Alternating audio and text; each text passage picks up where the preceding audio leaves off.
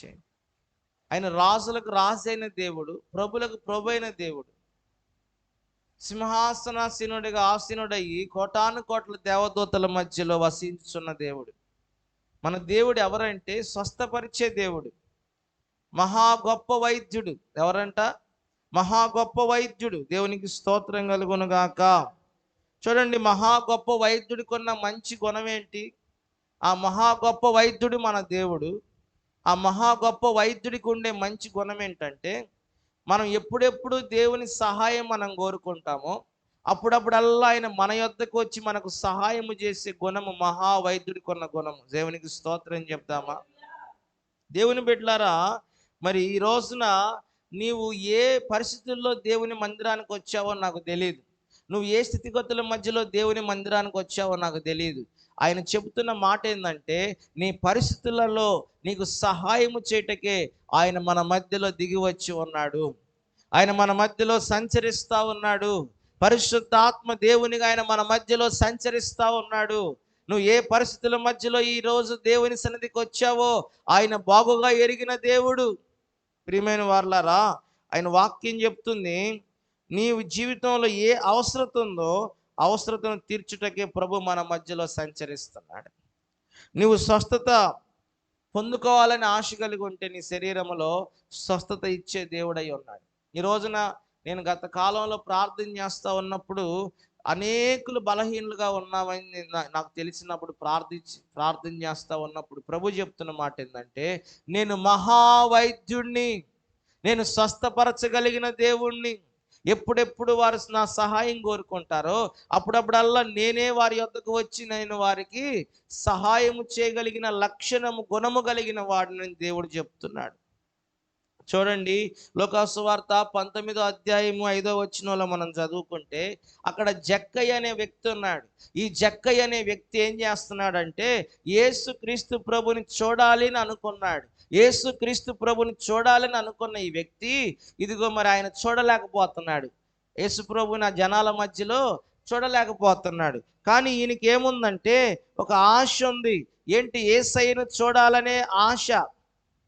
చూడండి, ఆయన ఎప్పుడైతే చూడాలనుకున్నాడో ఆయన చూడలేకపోయినా దేవుడే ఆ జక్కయ్య దగ్గర ఆగి అంటున్నాడు, చెట్టు దగ్గర, జక్కయ్య త్వరగా దిగుము, నేడు నేను నీ ఇంట ఉండవలసి ఉన్నది అని చెప్పగా అతడు త్వరగా దిగి సంతోషముతో ఆయన చేర్చుకున్నాడు. దేవునికి స్తోత్రం కలుగును గాక.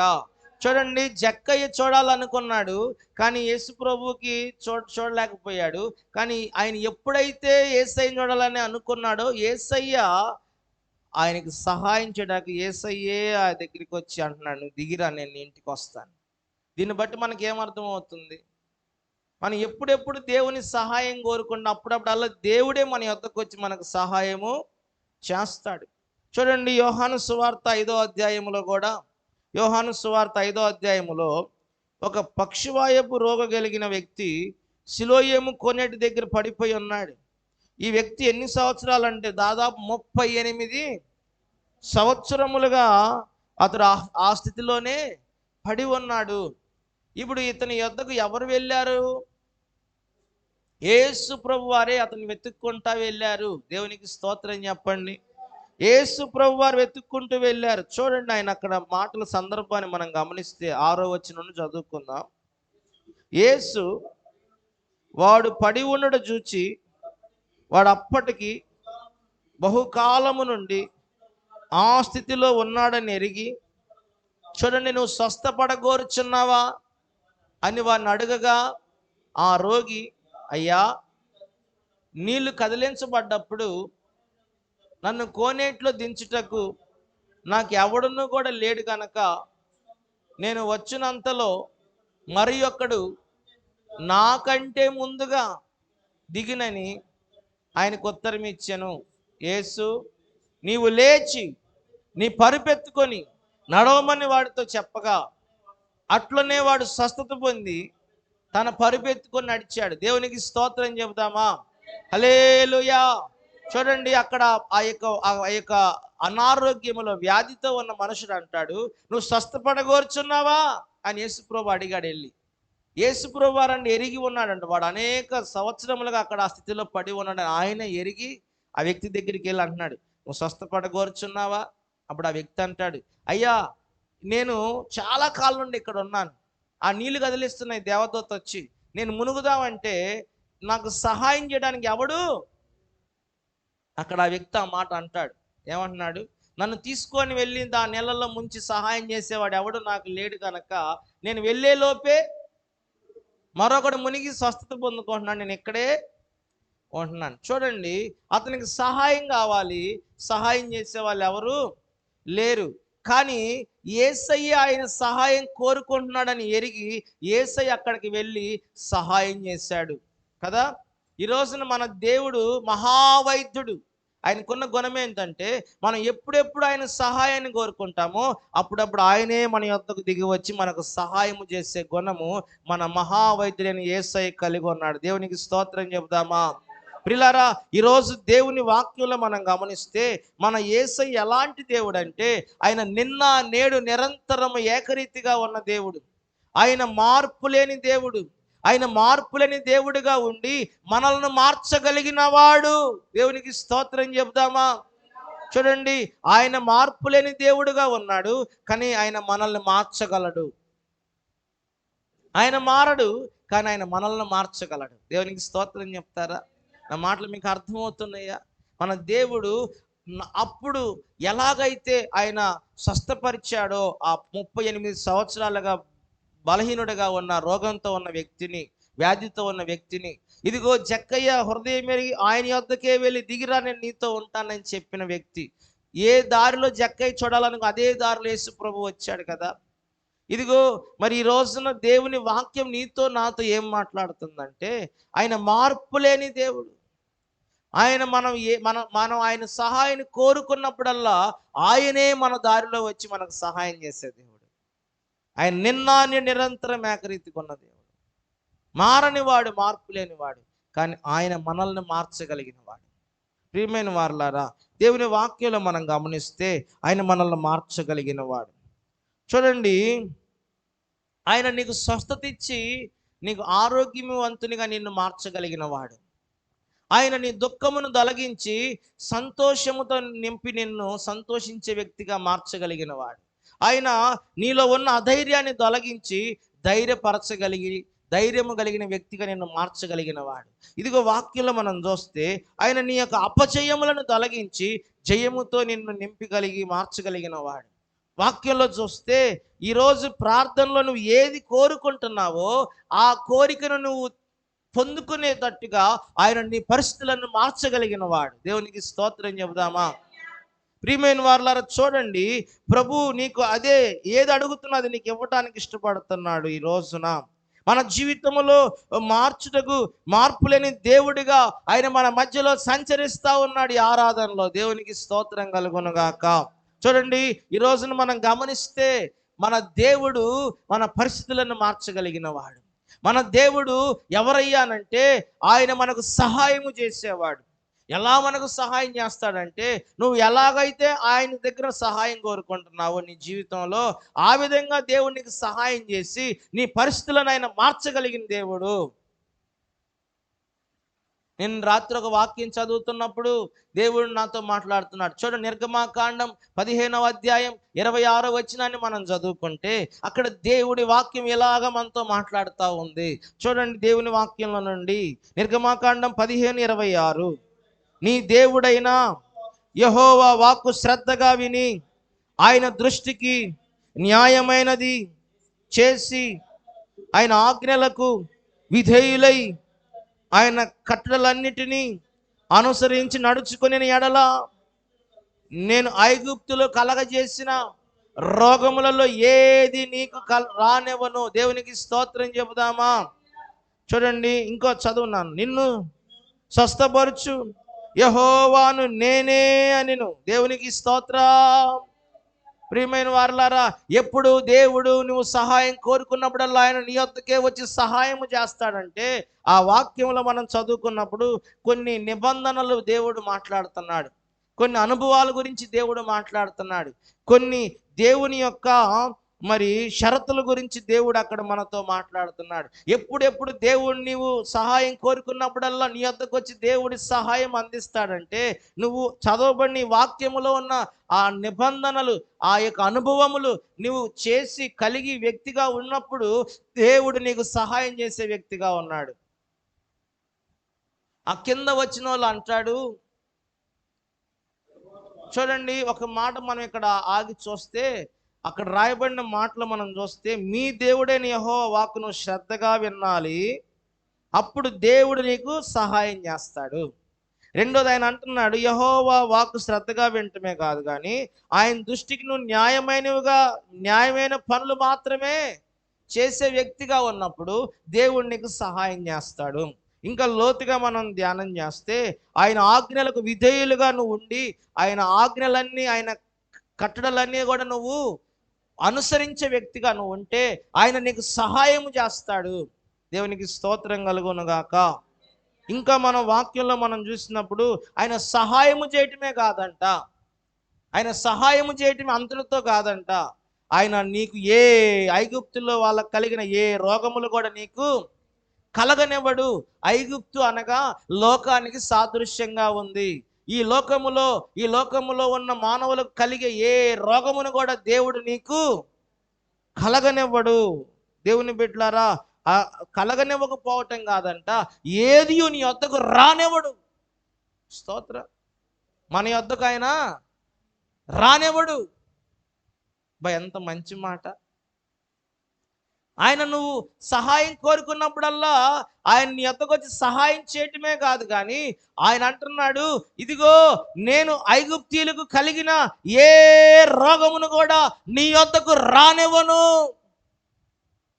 రోగం రావటం తర్వాత అసలు రానివ్వడంట మన వద్దకు. అది ఎంత మంచి దేవుడు మన దేవుడు, ఎంత గొప్ప దేవుడు మన దేవుడు. హల్లెలూయా, హల్లెలూయా.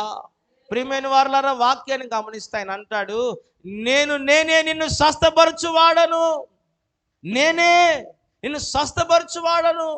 ఇదే యెహోవా వాక్కు, ఇదే యెహోవా వాక్కు. ఇప్పుడు ఆయన అంటున్నాడు, ఆయన మన దేవుడు ఎవరంటే మహావైద్యుడు, మనకు సహాయం చేసేవాడని చెప్తూ వచ్చాను. అంతేకాదు, అంత మటుకే కాదు, మనము ఎప్పుడు ఆయన సహాయం చేస్తాడంటే ఆయన కొన్ని నిబంధనలు చెప్తా, అవన్నీ మనం చేసినప్పుడు ఆయన సహాయం మనకు కలుగుతుందని చెప్పాను. పిల్లరా, అంత మటుకే దేవుడు ఆగిపోవట్లేదు కానీ ఇదిగో ఐగుప్తులో లోకంలో ఉన్న ఏ రోగముని వద్దకు రానివ్వక నిన్ను స్వస్థపరచాలని ప్రభు కోరుకుంటున్నాడు. ఇప్పుడు దైవికమైన స్వస్థత దేవుడు మనకి ఇవ్వాలని ఆయన ఇష్టపడే దేవుడు. ఆయన దైవికమైన స్వస్థతతో మనల్ని నింపి మనల్ని బలపరచాలని ప్రభు కోరుకుంటున్నాడు. ఈ ఆదివారపు ఆరాధనలో మనతో మాట్లాడుతున్నాడు. అయితే ఈ దైవికమైన స్వస్థత మనకి ఎప్పుడు కలుగుతుంది? ఈ దైవికమైన స్వస్థతను గురించిన అసలు విషయాలు మనం ఆలోచిస్తే, దైవికమైన స్వస్థతలో ఐదు విషయాలు మనం ఆలోచించాలి. నేను రాత్రి ధ్యానం చేస్తా ఉన్నప్పుడు 5 విషయాలు ఏంటంటే ప్రియులారా, చూడండి. మొట్టమొదటిగా దైవికమైన స్వస్థతలో జరిగినప్పుడు మన జీవితంలో ఎలాంటి అనుభవాలు ఉంటాయంటే, అద్భుతము. చెప్పండి ఏంటంటే, ఒకటి దైవికమైన స్వస్థత అనే విషయంలో 5 అనుభవాలు ఏంటంటే, ఒకటి అద్భుతము, రెండోది మనం చూస్తే దైవిక స్వస్థత, మూడోది ఏంటంటే ప్రియులారా, వ్యాధి ఎక్కడి నుండి వచ్చింది వ్యాధి, అలాగే స్వస్థత ఎలాగో పొందగలను. ఐదోదిగా మనం చూస్తే నన్ను స్వస్థపరచువాడు ఎవరు? స్తోత్రం. దైవికమైన స్వస్థత మనకు ఇవ్వాలని దేవుడు కోరుకుంటున్నాడు. ఈ దైవికమైన స్వస్థతను కోరుకునే వారు తెలుసుకోవాల్సిన 5 విషయాలు. దేవుడు స్వస్థపరుస్తాడు, దైవికమైన స్వస్థత నీకు ఇస్తాడు, మంచిదే. ఈ స్వస్థతను పొందుకోవాలనుకునే వాళ్ళు 5 విషయాలు మనం గ్రహించుకోవాలి, తెలుసుకోవాలి. అద్భుతము ఒకటి ఏంటంటే దేవుని మన జీవితంలో చేసే అద్భుతము, రెండోది దైవిక స్వస్థత, మూడోది ఈ వ్యాధి ఎక్కడి నుండి వస్తుంది, నాలుగోది ఈ వ్యాధి నుండి ఎలాగా నేను స్వస్థత పొందగలను, ఐదోది ఎవరు నన్ను స్వస్థపరుస్తారు. వాక్యంలో మనం గమనిస్తే చూడండి, మరి బలహీనత, వ్యాధి దేవుడైన యెహోవా వాక్కు చెప్తుంది, ఎప్పుడు మన జీవితంలో అద్భుతం దేవుడు చేస్తాడు అని అంటే, ఎప్పుడు స్వస్థత పొందుతామంటే, ఇందాక చదువుకున్నాం కదా, ఆయన వాక్కు మనం శ్రద్ధగా విన్నప్పుడు దేవుడు వాక్కు ఏం చేస్తుందంటే, ఇదిగో నిన్ను స్వస్థపరచగలిగిన శక్తి కలిగినది. నువ్వు దేవుని మాట ఎంత శ్రద్ధగా వింటావో, దేవుని వాక్యం ఎంత శ్రద్ధగా వింటావో, దేవుని వాక్యాన్ని ఎంత ఇష్టపడి వింటావో, దేవుని వాక్యాన్ని ఎంతగా నువ్వు ఆ వాక్యాన్ని హృదయంలో నింపుకుంటావో, ఎంతగా వాక్యాన్ని నువ్వు ఆలకించి నీ మనసులో పెట్టుకుంటావో, ఆ వాక్యాన్ని నీ హృదయంలో పెట్టుకొని నెవర వేసుకుంటావో, దేవుని మాట నువ్వు శ్రద్ధగా విన్నప్పుడు, దేవుని వాక్కుని శ్రద్ధగా విన్నప్పుడు, ఆ దేవుని వాక్కులో ఉన్న ఒక బలమైన శక్తి నీ వద్దకు వచ్చి ఆ శక్తి నిన్ను స్వస్థపరుస్తుంది. హల్లెలూయా. చూడండి, రోమీయులకు రాసిన పత్రిక 10వ అధ్యాయం 17వ వచనంలో ఏముందంటే, వినుట వలన విశ్వాసం కలుగుతుంది. నువ్వు ఎప్పుడైతే దేవుని వాక్యాన్ని శ్రద్ధగా వింటావో, దేవుడు నిన్ను స్వస్థపరచగలడు. సాతాను వచ్చి అప్పుడు ఏం చెప్తుందంటే, ఇదిగో నువ్వు ఈ కొద్దిసేపు దేవుని వాక్యం శ్రద్ధగా వింటే, ఈ కొద్దిసేపు విన్న దేవుని మాటలను ఆలకిస్తే శ్రద్ధగా నువ్వు స్వస్థత పొందుకుంటావా? ఈ అరగంట నువ్వు వాక్యం వినటం వల్ల, ఈ గంట సేపు దేవుని మాటలు శ్రద్ధగా వినటం వల్ల నువ్వు స్వస్థత పొందుకుంటావా అని సాతాను మన పక్కన కూర్చొని, మన మనసులో కూర్చొని ఒక మాట మనకి ఇప్పుడు చెప్తా ఉంటుంది. చెప్తుందా చెప్పదా? హల్లెలూయా. కానీ దేవుని వాక్యం చెప్తుంది, దేవుని వాక్యములో ఒక శక్తి ఉంది. ఇందాక మనం చదువుకున్నాం కదా, ఎప్పుడు దేవుడు మనకు సహాయం చేస్తాడు, ఎప్పుడు దేవుడు మనకు స్వస్థతనిస్తాడు, ఎప్పుడు దేవుడు మన జీవితంలో ఒక అద్భుతం చేస్తాడు, దైవిక స్వస్థత అనే కార్యం ఎప్పుడు మన జీవితంలో జరుగుతుందంటే, దేవుని వాక్యం చెప్తుంది ప్రియులారా, ఆయన వాక్యము మనం శ్రద్ధగా విన్నప్పుడు దేవుని వాక్యములో ఒక శక్తి ఉంటుందంట. ఆ శక్తి ఏం చేస్తుందంటే మనల్ని స్వస్థపరుస్తుంది. హల్లెలూయా. అందుకనే దేవుని ఒక మాటలో ఏం రాయబడిందంటే, ఆయన మాటను పంపి మనల్ని బాగు చేస్తాడంట. వాక్యంలో ఏముందంటే, ఆయన వాక్కును పంపి మనల్ని బాగు చేస్తాడు. హల్లెలూయా. యోహాను సువార్త 5వ అధ్యాయములో 9వ వచనంలో మనం చూస్తే, లేకపోతే చూడండి, ఎప్పుడైతే అక్కడున్న సిలోయము కోనేటి దగ్గర ఉన్న ఆ యొక్క పక్షవాయుపు రోగం కలిగినాడు, యేసయ్య చెప్పే మాట ఎలా విన్నాడు? శ్రద్ధగా విన్నాడు. వెంటనే అతను అన్నాడు, నువ్వు లేచి నీ పరిపెత్తుకున్నాడు. చూడండి, దేవుడు తన మాట చెప్పాడు అంతే. తన మాటలో ఏముందంటే శక్తి ఉంది. మనల్ని బాగు చేయగలిగిన శక్తి, మనల్ని స్వస్థపరచగలిగిన శక్తి, మనల్ని ఇదిగో మరి మార్చగలిగిన శక్తి దేవుని మాటలో, దేవుని వాక్యములో ఉంది. చూడండి, అనేక సందర్భాలు ఉన్నాయి వాక్యంలో, బైబిల్లో. ఆయన మాట చెప్పినప్పుడే స్వస్థత. ఆయన మాట శక్తి కలిగింది. ఆయన మాట చెప్పినప్పుడు ఆయన మాటలో నుండి ఒక శక్తి, ఒక ప్రభావం మన దగ్గరికి ఏమొస్తుంది? బయలుదేరి వస్తుంది. నమ్ముతున్నారా? నమ్మిన వాళ్ళు గట్టిగా స్తోత్రం చెప్పండి. హల్లెలూయా, హల్లెలూయా. చూడండి, యోహాను సువార్త 9వ అధ్యాయములో 7వ వచనంలో చూస్తే, పుట్టి గ్రుడ్డివాడు ఒకడు ఉన్నాడు అక్కడ. ఈ పుట్టి గ్రుడ్డివాడు ఏం చేశాడంటే, దేవుని బిడ్డలారా, యేసయ్య మాట మీద నమ్మిక ఉంచాడు. యేసయ్య మాట అతను శ్రద్ధగా విన్నాడు. అందుకని అతని యొక్క కన్నులు ముట్టబడ్డాయి, అతని కన్నులు తెరవబడ్డాయి. ఆ గ్రుడ్డివాడు స్వస్థత పొందాడు. స్తోత్రం కలుగునుగాక. అవునా కాదా? చదవండి ఎవరైనా. నీవు సిలోయము కోనేటికి వెళ్ళి అందులో కడుక్కొనమని చెప్పాను. పంపబడిన వాడని అర్థము. వాడు వెళ్ళి కడుక్కొని చూపు గలవాడై వచ్చెను. కాబట్టి ప్రభువారును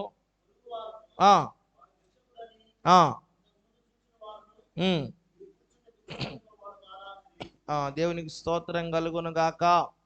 చూడండి, ఈ గుడ్డివాడు యేసుప్రభు దగ్గరికి వచ్చినప్పుడు యేసుప్రభు అన్నాడు, వెళ్ళి సిలోయము కోనేటిలో నీ కన్నులు కడుక్కోపో. వెంటనే అతను దేవుని మాట శ్రద్ధగా విన్నాడు కనుక ఇదిగో అతనికి స్వస్థత కలిగింది.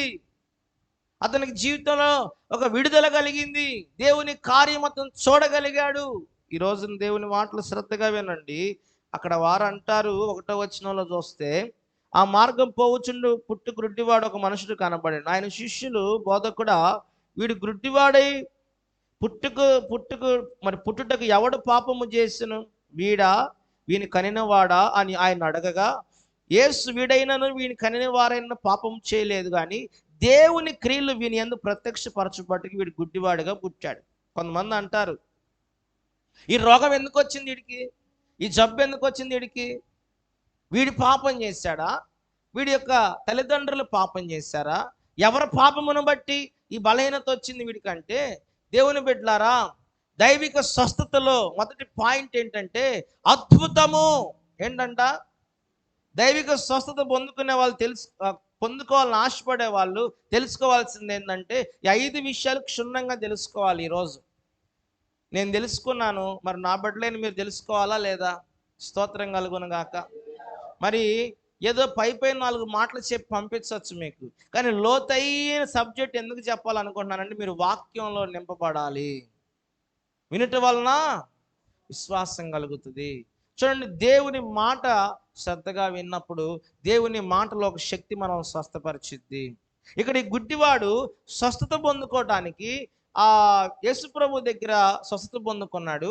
ఆ గుడ్డివాడు కనబడ్డప్పుడు యేసుప్రభు శిష్యులు అడుగుతున్నారు, బోధకుడా ఈ గుడ్డివాడు పుట్టుకతోనే గుడ్డివాడిగా పుట్టాడు, ఎలా పుట్టాడంట? ఈ పుట్టుకతో గుడ్డివాడిగా పుడటానికి ఎవరు పాపం చేశారయ్యా? వాడు పాపం వలన పుట్టుకతో గుడ్డివాడిగా పుట్టాడా, వాళ్ళ తల్లిదండ్రులు పాపం చేయటం వలన వాడు గుడ్డివాడిగా పుట్టాడా? ఎవరు పాపమును బట్టి ఈ గుడ్డివాడిగా ఈ పుట్టుకతో కన్నులు లేనివాడిగా పుట్టాడయ్యా అని అంటే యేసుప్రభు అంటాడు, ఇదిగో వీడి పాపం చేయలా, వీడి తల్లిదండ్రులు పాపం చేయలా. అయితే దేవుని యొక్క క్రియలు దేవుని కార్యాలు ఈ గుడ్డోడి ద్వారా ప్రత్యక్షపరచబడి దేవుని యొక్క అద్భుతం వీడి ద్వారా జరిగి దేవుని యొక్క మహిమ వీడి ద్వారా ప్రత్యక్షపరచటానికే వీడు గుడ్డోడిగా పుట్టాడు. దేవునికి స్తోత్రం చెప్పండి. దైవికమైన స్వస్థతలో మొదటిగా అద్భుతము జరుగుటకే కొన్నిసార్లు దేవుడు దైవిక స్వస్థతను కలిగిస్తాడు. మనం అనుకుంటాము, ఎవడు పాపాన్ని బట్టి రోగం మనకు వచ్చింది, ఎందుకు వచ్చింది నాకు ఈ బలహీనత అంటే మొదటిగా మన పాపమును బట్టి కాదు, కానీ దేవుడు అద్భుతము మన ద్వారా జరిగించబడి దేవుని నామం మహిమపరచబడటానికే. స్తోత్రం చెప్పండి.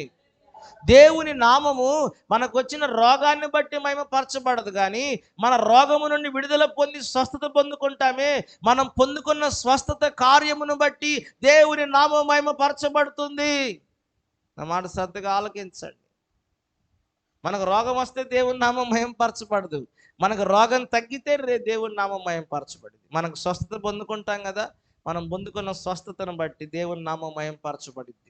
మనకు కలిగిన అద్భుతాన్ని బట్టి దేవుని నామం మహిమపరచబడటానికి దైవిక స్వస్థత జరుగుతుంది. ఒకటి అద్భుతం జరుగుతుంది, అద్భుతము జరగటానికి దైవిక స్వస్థత. ప్రియులారా, రెండోది దైవిక స్వస్థత ఎందుకు కలుగుతుంది? హల్లెలూయా. రెండోది ఎందుకు జరుగుతుంది మనం గమనిస్తే, దైవిక స్వస్థత ఒకటి అద్భుతము, రెండోది ఎందుకు అద్భుతము? దైవిక స్వస్థతలో అద్భుతం అనే పాయింట్ ఎందుకు వచ్చిందంటే దేవుని నామము మహిమపరచబడాలి, అద్భుతం జరగాలి. ఎట్లా మహిమపరచబడింది దేవుని నామం? మన రోగము తీసివేయబడి ఒక అద్భుతం దేవుడు చేసినప్పుడు ఆయన నామము మహిమపరచబడింది. ఎట్లా? మనకు వచ్చిన రోగాన్ని బట్ట, మనకు కలిగిన స్వస్థతను బట్టి. హల్లెలూయా. రెండో దైవిక స్వస్థత అంటే ఏంటి ఆలోచన చేయండి. రమాదేవక్క, దైవిక స్వస్థత అంటే ఏంటి? మన దేవుడు ఎవరయ్యా అంటే ఎటువంటి వ్యాధులనైనా స్వస్థత పరచగలిగిన పరమ వైద్యుడు మన దేవుడు. దేవుని వద్ద నుండి ఇదిగో మరి శక్తి మరి ఈ రోజున ఈ కూడికలో మరి మీ అందరి దగ్గరికి బయలుదేరి రావాలని నేను కోరుకుంటున్నాను. ఈ దేవుని మందిరంలో ఉన్న మనందరి మీదకి దేవుని శక్తి బయలుదేరి దిగివచ్చును గాక. హల్లెలూయా. చూడండి, పరిశుద్ధ ఆత్మ ద్వారా, శక్తి ద్వారా ఇదిగో జరిగేదే ఒక దైవికమైన స్వస్థత. దైవికమైన స్వస్థత ఇదిగో మరి వాక్యంలో మనం చూస్తే కల్వారి శిలువలో ప్రభు మన పాపముల కొరకై, మన దోషముల కొరకై, మన దోషాలు పరిహరించటానికి యేసయ్య ద్వారా కలిగేదే దైవిక స్వస్థత. కల్వారి శిలువలో మన పాపములను, మన దోషములను పరిహరించి ఆయన మన కొరకు రక్తము చిందించిన యేసయ్య ద్వారా కలిగేదే దైవిక స్వస్థత. పరిశుద్ధ ఆత్మ శక్తి ద్వారా జరిగేది దైవిక స్వస్థత. చూడండి, మన దేవుని యొక్క సన్నిధిలో నుండి బలమైన శక్తి దిగివచ్చి మనలో జరిగించేది దైవిక స్వస్థత. ఈ దైవిక స్వస్థత యేసయ్య ఎంతో ఊరికినే సునాయాసనంగా చేయటల్లా. దైవిక స్వస్థత మన కొరకు జరిగించటానికి యేసయ్య బహు శ్రమపడ్డాడు, బహువేదన పడ్డాడు. ఆయన వాక్యంలో మనం గమనిస్తే ఆయన పొందిన గాయములలో మనకు స్వస్థత ఉంది, ఆయన పొందిన దెబ్బలలో మనకు స్వస్థత ఉంది. అంటే మనకు స్వస్థత ఇవ్వటానికి యేసయ్య గాయపరచబడ్డాడు. మనకు స్వస్థత దేవుడు కలిగించే విషయంలో ఈజీగా దేవుడు మనకు స్వస్థత ఇవ్వటం లేదు. ఆయన ఎంతో ప్రయాసపడ్డాడు మనకు స్వస్థత ఇవ్వటానికి. ఆయన ఎంతో వేదన పడ్డాడు, ఎంతో ప్రయాసపడ్డాడు. అందుకనే ఈరోజు దేవుని వాక్యం వినుచున్న నీ జీవితంలో, నా జీవితంలో ప్రియ దేవుని బిడ్డలారా, ఆయన పొందిన గాయముల్లో మనకేముంది చెప్పండి? స్వస్థత ఉంది. దేవుని వాక్యంలో మనం చూస్తే మార్కు సువార్త 5వ అధ్యాయం 2వ వచనములో, మార్కు సువార్త 5:2లో మనం ఒక మాట గమనించగలిగితే అక్కడ ఒక మాట రాయు. ఆయన సమాధుల నుండి వచ్చి ఆయనకి ఎదురుపడ్డాడు. వాడు సమాధుల్లో వాసము చేసేడు వాడు, సంఖ్యలతోనైనను ఎవడను వాడిని బంధింపలేడు. పలుమార్లు వాని కాళ్ళకును చేతులకును సంఖ్యలు వేసి బంధించినను వాడు ఆ చేతి సంఖ్యలను తెంపి చూడండి తుత్తినీలుగా చేసేసాడు. ఎవడు వాడిని సాధుపరచలేకపోయాడు. దేవుని వాడు ఎల్లప్పుడూ రాత్రి మగళ్ళు సమాధుల్లోనూ కొండల్లోనూ కేకలు వేయచ్చు తను తాను రాళ్లతో గాయపరుచుకుంటున్నాడు. వాడు దూరము నుండి యేసును చూచి పరిగెత్తుకొని వచ్చి ఆయనకు నమస్కారము చేసి, యేసు సర్వోన్నతుడైన దేవుని కుమారుడా, నాతో నీకేమి, నన్ను బాధపరచకమని దేవుడి పేరిట నీకు ఆనబెట్టుచున్నాను అని బిగ్గరగా కేక వేస్తున్నాడు. ఎందుకనగా ఆయన అపవిత్రాత్మ ఈ మనుషుని విడిచి పొమ్మని వాడితో చెప్పాను. మరియు ఆయన నీ పేరేమని ఆయన అడగగా, నా పేరు సేన, ఏలయనగా మేము అనేకులమని చెప్పి తమ్మును ఆ దేశముల నుండి తోలివేయద్దని ఆయన్ను మిగులు బతిమాలుకుంటున్నాయి. ప్రిలారా చూడండి, దెయ్యములు బతిమాలుకుంటున్నాయి యేసయ్యని. ఎందుకు ఈ వాక్యం అంతా చదివిస్తున్నానంటే, మన యేసయ్య దైవిక స్వస్థత ఎలాంటిది అని మీరు గమనించుకోవాలి. దైవిక స్వస్థత కార్యం ఎలా జరుగుతుంది మన దగ్గర అంటే, ఇదిగో పరిశుద్ధాత్మ శక్తి ద్వారా దేవుని దగ్గర ఉన్న ఒక శక్తి బయలుదేరి వస్తుంది. యేసయ్య కల్వారి శిలువలో ఆయన మన కొరకు పడిన ప్రయాస, పొందిన గాయముల ద్వారా మనకు స్వస్థత. ఇప్పుడు దైవిక స్వస్థత ఎలాగ మన జీవితంలో జరిగిస్తుందంటే, దేవుని ద్వారా కలిగే దైవిక స్వస్థత అది శరీరాన్ని మాత్రమే స్వస్థపరిచేది కాదు, మన ఆత్మను కూడా స్వస్థపరచగలిగింది. చెప్పండి అంట, మన ఆత్మను కూడా ఈ లోకములో ఉన్న డాక్టర్లు, ఈ లోకములో ఉన్న మందులు మన శరీరాన్ని మాత్రమే బాగు చేయగలవు. కానీ దేవుని యొక్క శక్తి, దేవుని యొక్క గాయములో ఉన్న స్వస్థత, దేవుని యొక్క ప్రభావము, ఆయన ఇచ్చే దైవిక స్వస్థత ఎట్లా ఉంటుందంటే, శరీరాన్ని మాత్రమే బాగు చేయటం కాదు, మన అంతరంగాన్ని కూడా బాగు చేయగలిగింది, మన ఆత్మను కూడా బాగు చేయగలిగింది, మన మనస్సుని కూడా బాగు చేయగలిగింది.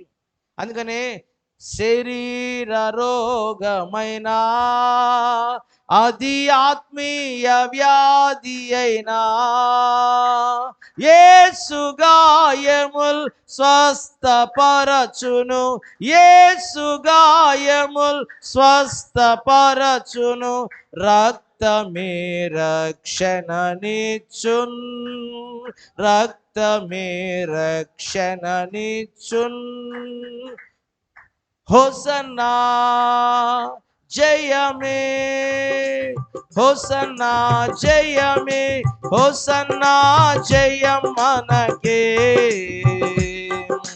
యేసు రాజు రాజుల రాజై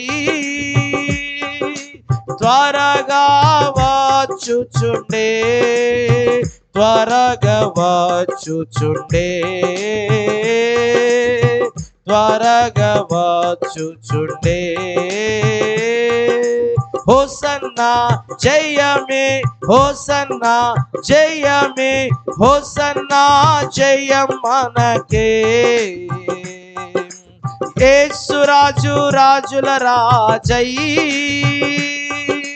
త్వరగా వచ్చుచుండే, శరీర రోగమైనా అది ఆత్మీయ వ్యాధి అయినా యేసు గాయముల్ స్వస్థపరచును, యేసు గాయముల్ స్వస్థపరచును, రక్తమే రక్షణనిచ్చున్, రక్తమే.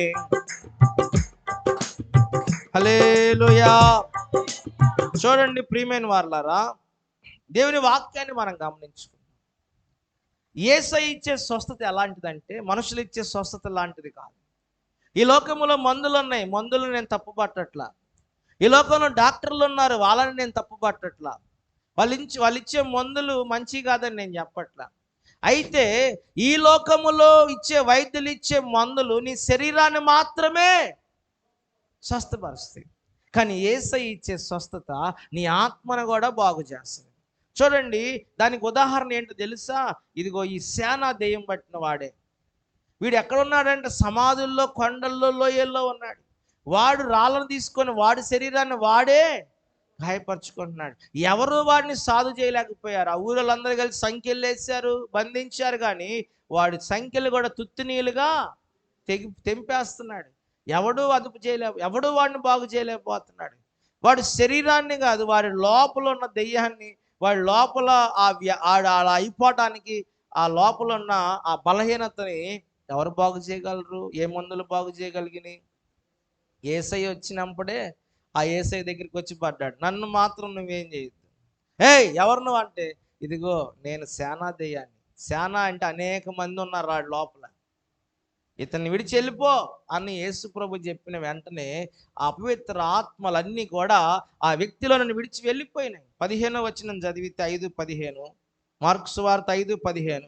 జనులు జరిగినది చూడవెళ్ళి యేసు నొద్దకు వచ్చి, సేనాను దెయ్యం పట్టినోడు చూడండి బట్టలు ధరించుకొని స్వస్థచిత్తుడై కూర్చుని ఉన్నట్టు చూచి, చూడండి ఎలా అయ్యాడంట.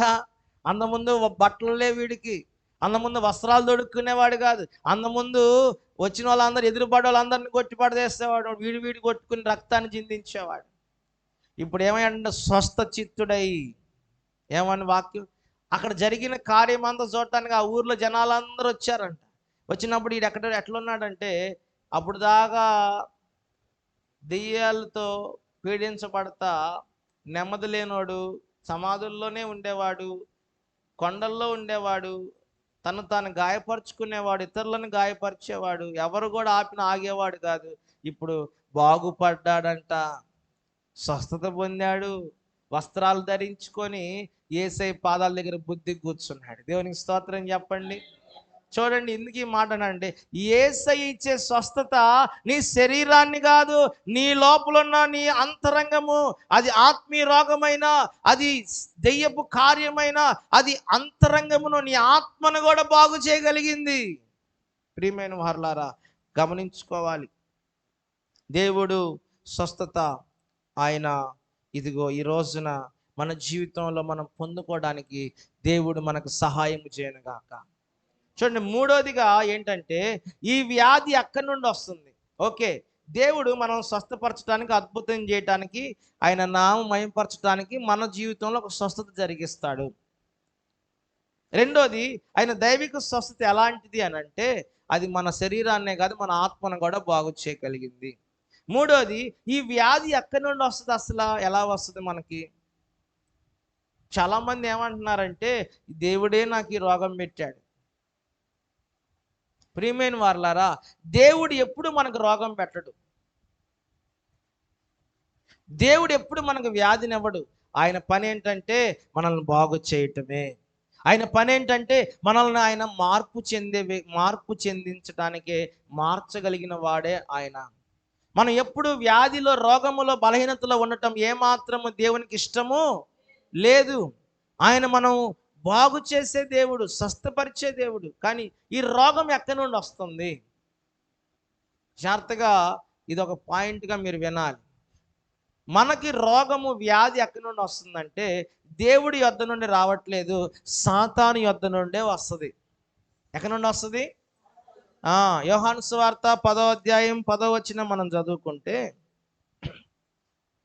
యోహాను సువార్త 10వ అధ్యాయం 10వ వచనం, దొంగ దొంగతనమును, హత్యను, నాశనము చేయుటకు వచ్చును గాని మరి దేనికి రాడు. చూడండి, దొంగ ఎవడంట? సాతానుకు మరొక పేరు, ఏం పేరు ఉంది? దొంగ. వీడు నరహంతకుడు. వీడు ఎందుకు వస్తాడు? మనల్ని దోచుకోవటానికి, నరహత్య చేయటానికి, మనల్ని నాశనం చేయటానికి, మనకు రోగాలు పెడటానికి, మనల్ని నాశనం చేయటానికి, మనల్ని ఇదిగో మరి మన దగ్గర ఉన్నవన్నీ దోచుకోవటానికి వాడు వస్తాడు. సాతాను ద్వారా కలిగేదే వ్యాధి. ఎక్కడి నుండి వస్తుంది మనకు రోగాలంటే? చాలామంది చెప్తారు, తలనొప్పి వస్తుందయ్యా, కాలు నొప్పులు వస్తున్నాయ్యా, నడువు నొప్పి వస్తుందయ్యా, నాకు ఈ రోగం తగ్గట్లేదయ్యా. ఎక్కడి నుండి వస్తుంది ఈ రోగం నీకంటే? అయ్యా దేవుడే నాకు ఇచ్చాడేమో అని కొంతమంది అనుమానం పడతా ఉంటారు. దేవుడు ఎప్పుడు నీకు రోగం ఇవ్వడు. సాతానే నీకు సాతానే నీకు రోగాన్ని పెట్టేది, వ్యాధిని పెట్టేది. దేవుడు నిన్ను స్వస్థపరిచేవాడు మాత్రమే. చూడండి, నయోమి జీవితాన్ని మనం గమనిస్తే రూతు గ్రంథం 1వ అధ్యాయము 21వ వచనంలో ఈ నయోమి ఏమంటదో తెలుసా? అదిగో నయోమి వచ్చిందిరా అని బెత్లెహేము వాళ్ళు అందరూ అంటే నయోమి అంటది, నన్ను నయోమి అనద్దండి. ఇదిగో నేను సమృద్ధి కలదాన్ని వెళ్ళాను, నేను సమృద్ధి కలదాన్నై వెళ్ళి తిని యెహోవా నన్ను రిక్తురాలినిగా తిరిగి రాజేసెను. మీరు నన్ను నయోమని పిలవద్దు, యెహోవా నా మీద విరుద్ధముగా సాక్ష్యం పలికెను, సర్వశక్తుడు నన్ను బాధపరిచెను అని వారితో చెప్పాను. అందుకు నయోమి ఆమెతో కూడా మోయాబీరాలైన, చూడండి ఇక్కడ రాయబడిన మాట అంటుంది, దేవుడంట ఆమెను ఏం చేశాడంట? బాధ పెట్టాడంట. దేవుడంట ఆమెను ఏం చేశాడంట? ఏం తమ్ముడు చదువు? రిక్తురాలిగా తిరిగి రాజేశాడు. మీరు నయోమిని పిలవద్దు, యెహోవా నా మీద విరోధంగా సాక్ష్యం పలికాడు, సర్వశక్తుడు నన్ను బాధపరిచాడు. చూడండి, దేవుని మీద ఏమో అభాండం వేసేస్తుంది. వింటున్నారండి? దేవుని మీద నేరం మోపటం చాలా ఈజీ అయిపోయింది మనుషులకి ఈరోజు. అసలు ఏమో బెత్లెహేము వదిలిపెట్టి మోయాబు దేశానికి వెళ్ళటం తప్పు, అది చెప్పట్లా. బెత్లెహేము అనగా సమృద్ధి కలిగిన రొట్టెల ఇల్లు. మోయాబు అనేది ఎక్కడంటే, మోయాబు అనేది ఇదిగో మరి నాశనకరమైన స్థలం. మోయాబు అసలు ఎవరు వెళ్ళమన్నాడేమని? మనుషుల యొక్క ఆలోచన ఎట్లుంటాయంటే, ఏమో మోయాబుకి వెళ్ళిన సంగతి చెప్పట్లా. దేవుడు వెళ్ళమన్నాడా మోయాబు నిన్ను?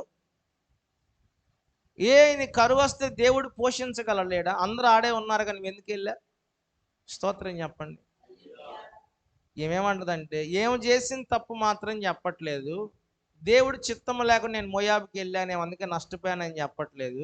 ఏమేమంటుందంటే, ఇదిగో నన్ను బాధ పెట్టాడు, దేవుడు నా మీద విరోధంగా సాక్ష్యం పలికాడు, దేవుడు నేను సమృద్ధి కలదాన్ని వెళ్ళి రిక్తురాలిగా వచ్చాను, నేనేమి అన్ని పోగొట్టుకొని వచ్చాను, నన్ను మీరు ఇక మా నయోమి అన్నది మారానండి. నేను మధురంగా చేదైపోయాను నా జీవితం. ఎప్పుడైనా దేవుడి యొద్ద నుండి మనకి వ్యాధి రాదు, బాధ రాదు, శ్రమ రాదు. ఎక్కడి నుండి వస్తుంది మనకి వ్యాధి శ్రమ అంటే? సాతాను యొద్ద నుండే వస్తుంది దేవుని బిడ్డలారా. అందుకని ఈరోజు మనం గమనించడానికి ఒక వాక్యాన్ని మీకు చూపిస్తాం. 1 యోహాను పత్రిక 3వ అధ్యాయం 8వ వచనంలో ఏముందంటే, అపవాది క్రియలు లయపరచుటకే దేవుని కుమారుడు ప్రత్యక్షమాయను. ఏంటంటే అపవాది క్రియలు లయపరచడానికే దేవుని కుమారుడు ప్రత్యక్షమాయను. వాక్యం చెప్తుంది, దొంగ దోచుకోవటానికి, నరహత్య చేయటానికి, నాశనం కలిగించడానికి సాతాను పని. కానీ యేసయ్య ఎందుకు వచ్చాడు మనకి ఈ లోకానికంటే, మన యొద్దకి? ఆయన అపవాది క్రియలన్నీ లయపరచటానికి, నీలో ఉన్న రోగాలన్నీ లయపరచటానికి, నీ మీద ఉన్న అపవాది కార్యాలన్నిటిని లయపరచటానికి, నీ మీద ఉన్న సాతాను యొక్క పాపం అనే కార్యము అంతటిని లయపరచటానికి, ఆ యొక్క అపవాది క్రియలు లయపరచటానికి యేసయ్య ఈ లోకానికి వచ్చాడు. దేవునికి స్తోత్రం చెప్తారా? చూడండి, సాతాను మనకి రోగమును తీసుకొని వస్తుంది, కానీ దేవుడు మనల్ని స్వస్థపరిచేవాడై ఉన్నాడు. ఇంకా లోతుగా మనం చూస్తే, మన యొక్క పాపమును లయపరచడానికి యేసయ్య వచ్చాడు. అపవాది క్రియలు లయపరచడానికి యేసయ్య వచ్చాడు. పాపము మనలోనికి పంపించి అపవాది మనకు రోగాన్ని కలగజేస్తాడు. ఇక్కడ ఒక మాట మీకు చెప్పాలి నేను ఆశపడుతున్నా. పాపము రోగం మనలోకి అపవాది ఎలా పంపిస్తాడు? ఇందాక ఏం చెప్పాను? రోగము సాతాను ద్వారా కలిగిద్ది, వ్యాధి దేవుడి ద్వారా కలగదు. మనం దేవుని మీద నెపము నయోమిలాగా ఆయన చేసిందని దాచిపెట్టి దేవుడు ఆమె కలిగిన నష్టమే చెప్పింది. దేవుడే చేసేసాడు నాకు ఇదంతా, అట్లా ఎప్పుడు చెప్పకూడదు. అయితే ఈ వ్యాధి, ఈ రోగము మనలోనికి సాతాను ఎలా పంపిస్తాడు చెప్పండి ఎవరైనా? ఎలా పంపిస్తాడు? వింటున్నారా? ఎలా పంపిస్తాడు సాతాను ఈ వ్యాధిని అంటే, మన జీవితంలోకి పాపము, మనకి ముందు మన లోపలికి పాపాన్ని పంపిస్తాడు. ఏం పంపిస్తాడు చెప్పండి గట్టిగా అందరూ? మనలోనికి పాపాన్ని పంపిస్తాడు.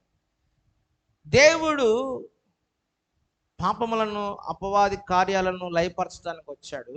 సాతాను మనకి వ్యాధిని ఎలా పంపిస్తాడు మన జీవితంలో అంటే, పాపమును మనలోనికి పంపించి ఆ పాపము ద్వారా మనకు రోగాన్ని కలిగిస్తాడు, పాపము ద్వారా మనకు వ్యాధిని కలిగిస్తాడు. పాపం వల్ల వచ్చే జీతము మరణము.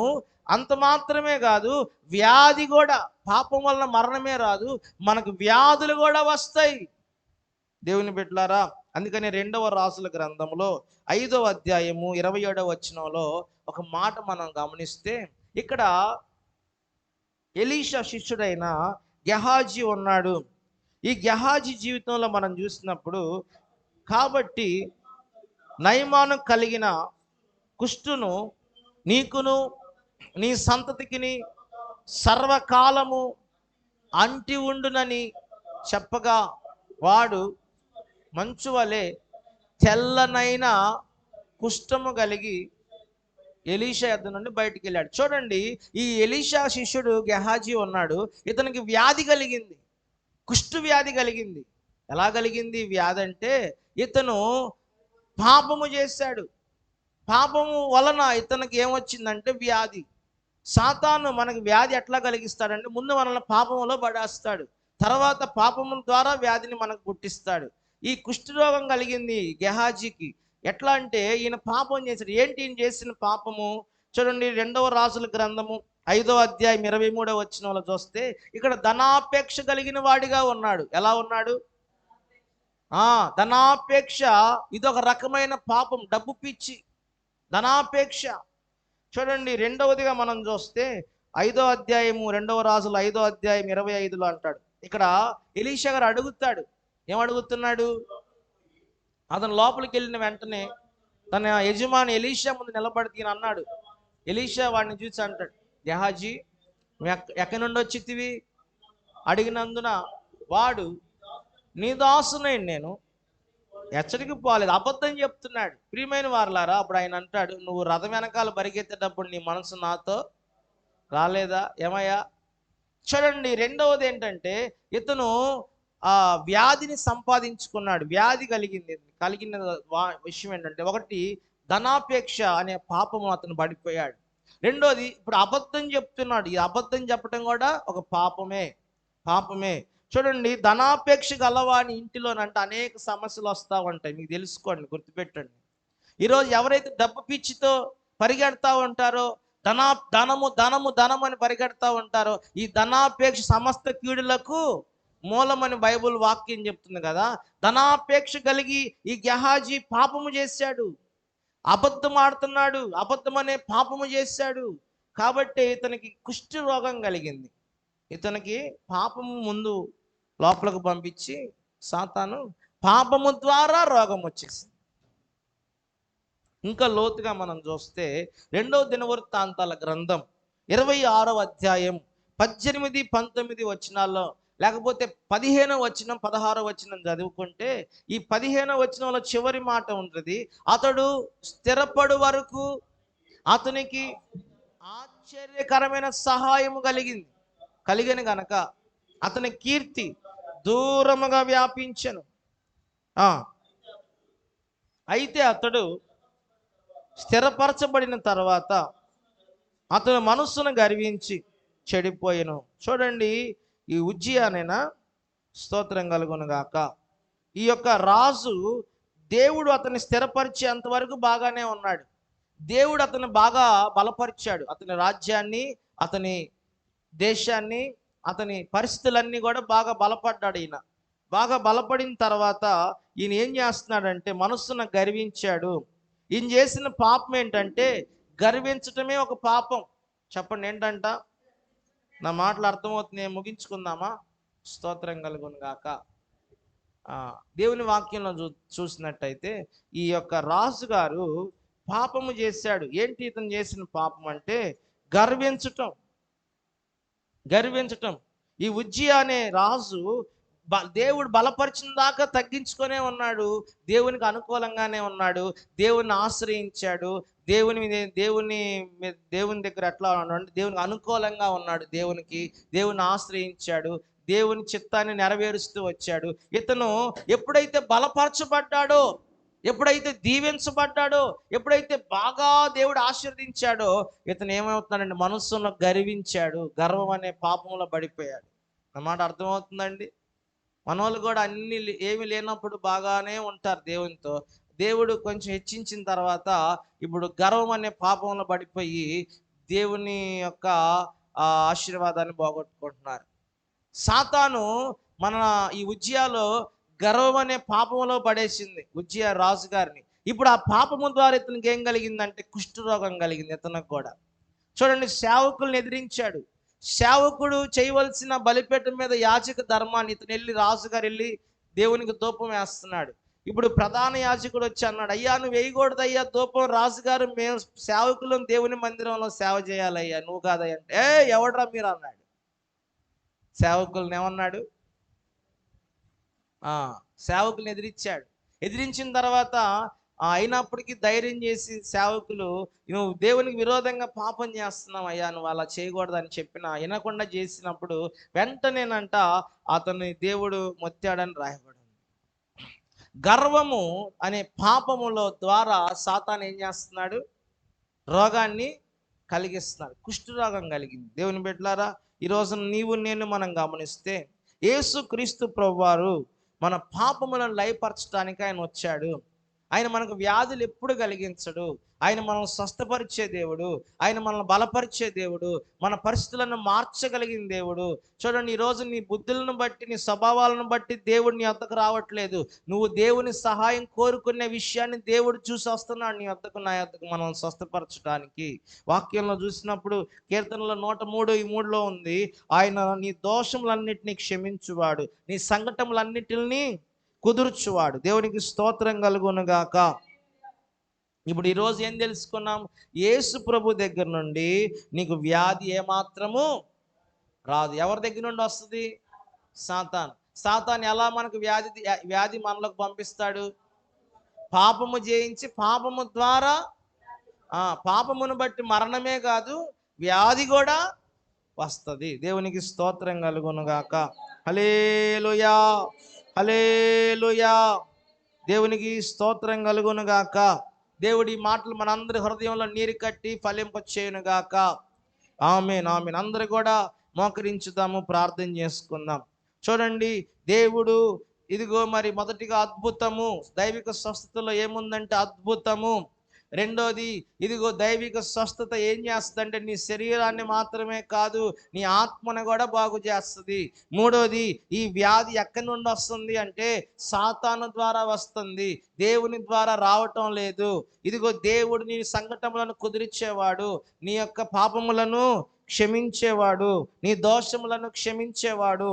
దేవుని బిడ్డ, ఈరోజు దేవుడు నిన్ను స్వస్థపరచగలిగిన వాడు. ఎవరు నిన్ను స్వస్థపరిచేది? నాలుగవ అనుభవము, ఎవరు నిన్ను స్వస్థపరచగలిగేది?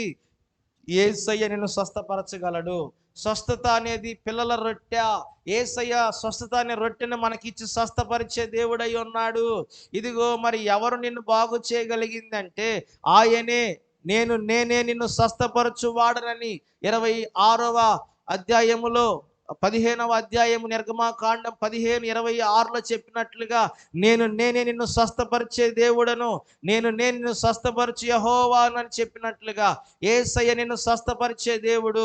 ఆయన స్వస్థత అనే రొట్టె ఇచ్చి స్వస్థపరిచే దేవుడు, ఆయనే బాగు చేసే దేవుడు. ఈరోజు దేవుడు నీ పరిస్థితులను మార్చడానికి ఈరోజు దేవుడు ఆయన ఈ సన్నిధిలో సంచరిస్తూ ఉన్నాడు. అందరూ కూడా మోకరిద్దాము, ప్రార్థన చేసుకుందాము. దేవా నన్ను స్వస్థపరచండి, దేవా నాకు సహాయము చేయండి. దేవా ఇదిగో నీవు నిన్న నేను నిరంతరము మార్పు లేని దేవుడవయ్యా. అయ్యా మా పరిస్థితులను మార్చగలిగిన దేవుడవయ్యా. అయ్యా మా పరిస్థితులను మార్చండి అయ్యా, మాకు సహాయము చేయండి అయ్యా, మాకు సహాయము చేయండి అయ్యా, మాకు సహాయము చేయండి అయ్యా, మాకు సహాయము చేయండి అయ్యా. అందరు ప్రార్థన చేయండి. మాకు సహాయము చేయండి దేవా, మాకు సహాయము చేయండి దేవా. స్తోత్రం, స్తోత్రం, స్తోత్రం, స్తోత్రం. హల్లెలూయా, హల్లెలూయా, హల్లెలూయా, హల్లెలూయా, హల్లెలూయా, హల్లెలూయా. అందరు నోరు తెరిచి దేవా నీకు స్తోత్రం, స్తోత్రం, స్తోత్రం, స్తోత్రం, స్తోత్రం, స్తోత్రం.